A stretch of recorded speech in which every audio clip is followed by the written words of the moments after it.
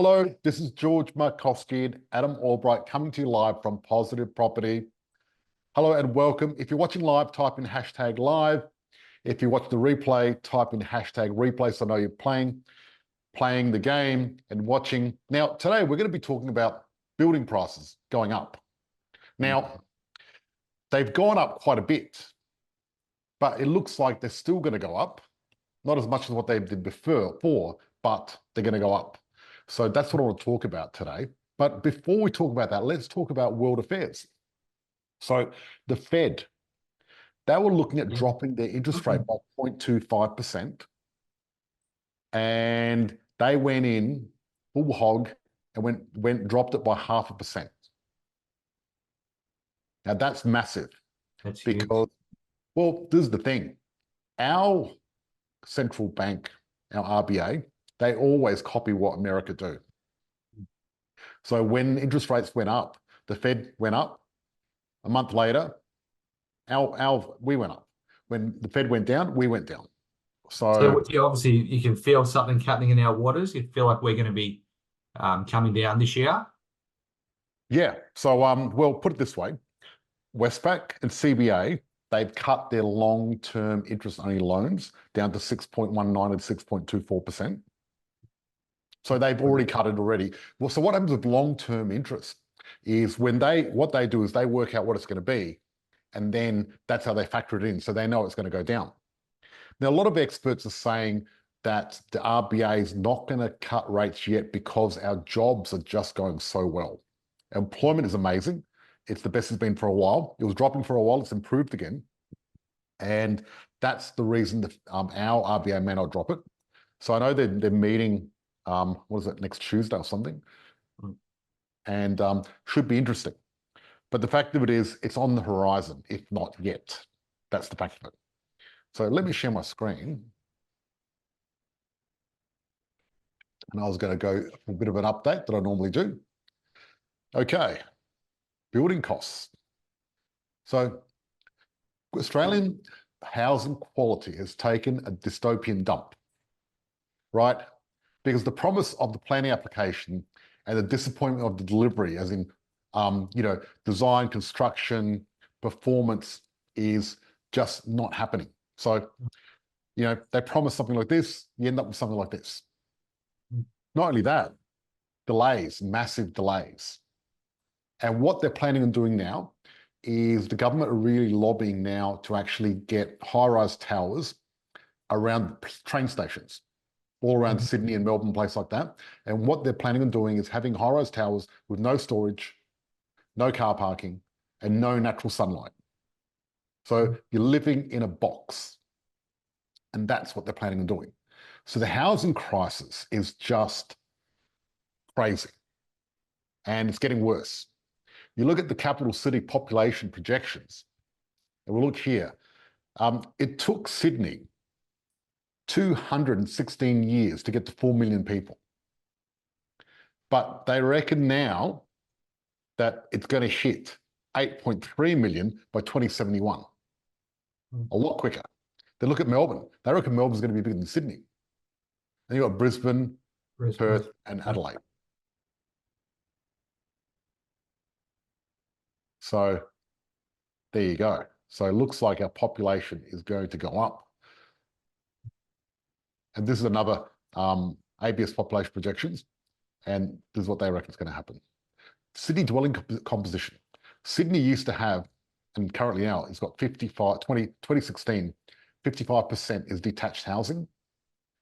They expect that's going to go down to 25%. Now people are going to live in more townhouses, which are like a house anyway, but apartments are going to be 50% of Sydney. But you have to look at some of your bigger populated, like your Hong Kongs, Londons, New Yorks. Everyone lives on top of each other in those places. So with us here, you seem like we're going to have to follow that trend. Well, if we're going to grow to 8 million, otherwise we're going to have to spread out so wide. It's not going to be crazy. It's going to be crazy. So that's exactly right. You look at Hong Kong, London, it is tiny. Like, Singapore, people live in shoeboxes. Now, the 32 billion excuses to avoid a one policy fix for housing. We'll do a bit of a rant here, But this is what I want to talk about. The Albanese government has created a complete schmozzle.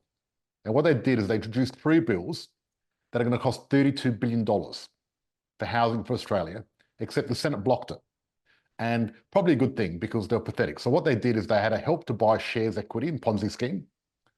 Then they had the Housing Future Fund, a high-risk equity investment vehicle to buy 13,000 houses per year to house people, which is not even going to touch the sides.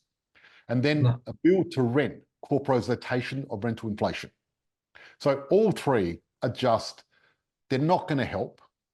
13,000 houses, even if we spent that 32 billion, 30,000 houses is not going to touch anything with what we need. But not only that, the best way to fix the housing crisis is just cut down immigration to 90,000 people per year for the next 5 years. And that will fix the problem because then we won't have an oversupply of people and undersupply of property. But do you think it's going to happen? No, because more people equals more taxes, equals more money for the government. More money flowing around for the government, yeah. So yeah, that's right. And Albo's target, here you go. And you can see his target's 240,000. And at the moment, we're at 170,000. So if you added 15,000 per year to this and spent that 32 billion, it'll be a waste of time. It's not even going to do anything. It'll do nothing. No one even...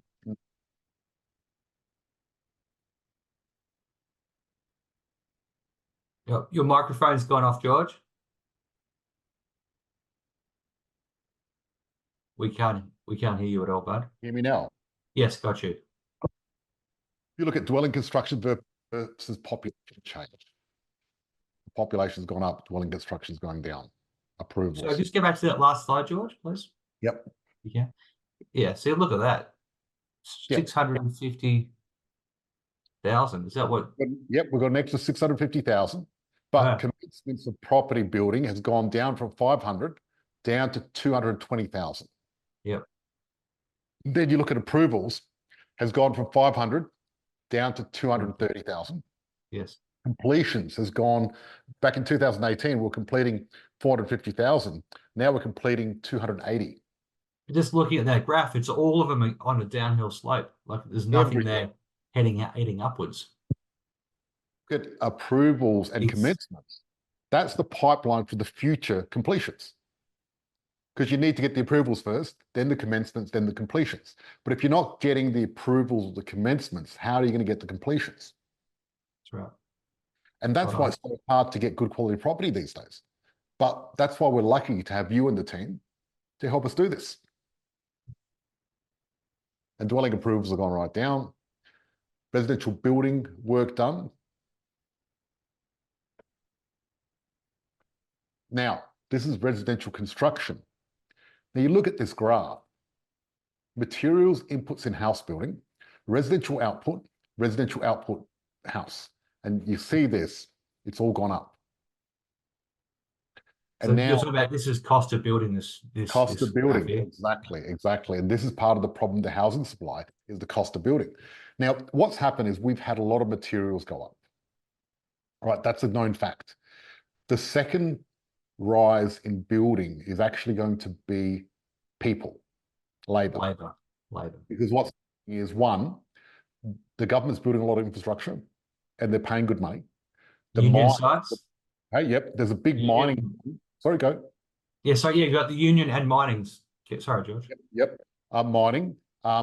And what's happening is our employment rate is really, unemployment rate's low, our employment rate's really high. So that's the other challenging thing.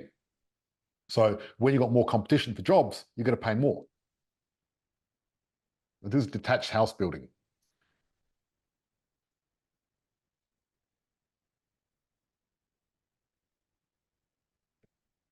Okay, so look at this.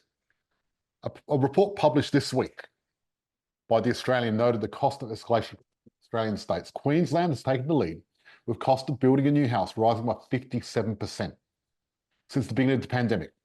Queensland was followed by New South Wales, 46.1%, South Australia, 43.1%, Western Australia, 41.6%, because they're already expensive before we started, as you know, and Victoria, 38.2%. George, that's an interesting point that you've brought up here. Because I was speaking to a mate of mine who's a national builder. He owns a national building company. Talking to him today, and he actually said to me that Queensland was cheaper than New South Wales to build. Now it's between 15 to 20% more expensive than New South Wales to build. That's the southeast Queensland. So what he's telling me reflects exactly what you're saying here. Exactly. And as you know, when we were looking at WA, we thought, wow, they're pretty expensive. That's why Western Australia hasn't gone up as much, because they're already quite high. Already high, yeah. So basically, they're saying none of the costs have ever materially fallen. Hard to imagine that changes anytime soon will make it awfully hard to build reasonably priced housing unless what is reasonably priced becomes more expensive. Now look at company insolvencies. Look at this graph, and you can see mining, they've done well. Like mining, they just don't go broke, do they? Too much money in it. There's too much money in it. Oops, let's go back. Then you look at transport, the green line. They've done well. Then wholesale and retail trade. And then we've got hospitality. And hospitality got hit, especially with COVID. It was very difficult for hospitality. But then you look at construction. Look how high that is. It's almost what else can climb. Come on. 2,964 builders closed their doors. There's 57 builders per week closed their door in the last 12 months. Yeah. And that's a staggering number. It's a staggering number. So it's a dwindling supply. And I always get back to the supply and demand chain, right? Whenever there's a constraint on supply, that creates more demand and it pushes prices up. And we've got so many different factors fueling this boom, this next boom that's happening. And the only thing that was holding it back was interest rates. Yeah. And when interest rates drop, whether it happens next few months or next February or sometime next year, when it does happen, it's going to open the floodgates and it's going to just go crazy. And it's going to be, the housing market's going to be like a horse in a stable. You don't want to let it bolt out because you're never going to catch it. You're never going to catch it. What you need to do is get prepared now, put a little saddle on that horse, get your join the right group to help you through this so you can get ready and take advantage of the bargains. And this is our dwelling completion versus population change once again. And that's what I wanted to share. So as you can see, the story hasn't changed. It's pretty crazy. But you've also got your land developers and your townhouse developers and unit developers. They're not putting their money on the line like they used to because costs keep blowing out. So before, let's just say pre-COVID, you would have a lot of land subdivisions, a lot of choice when land was reasonably cheap. When I'm saying cheap, I'm talking, anywhere from 100,000 to 190,000 for a block. Now for that same block, you're sort of looking at high threes to early fours because it's, once again, supply and demand. Yeah. So what you're saying is, not only have building costs gone up, but land's gone up as well. But also there's red tape. It's hard to get land. Very difficult. I mean, you and I have been looking for land for a long time. It's hard to find. And we're constantly looking for land. And land is very, very rare at the moment. Very hard to find. And that's another thing. Okay. Someone said, can you turn off Arnold's camera? Is someone getting dizzy or something? What's going on? Arnold? Don't know. Hope no one's naked somewhere. I'll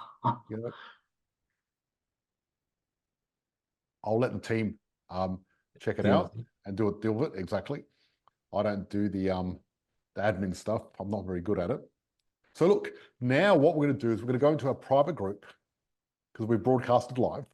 Everyone, thank you very much for watching. Now we're going to go to the private group and we're going to go through Q&A and talk about, because a few people asked a few questions that are really good and we're going to go through that. Okay. Thank you.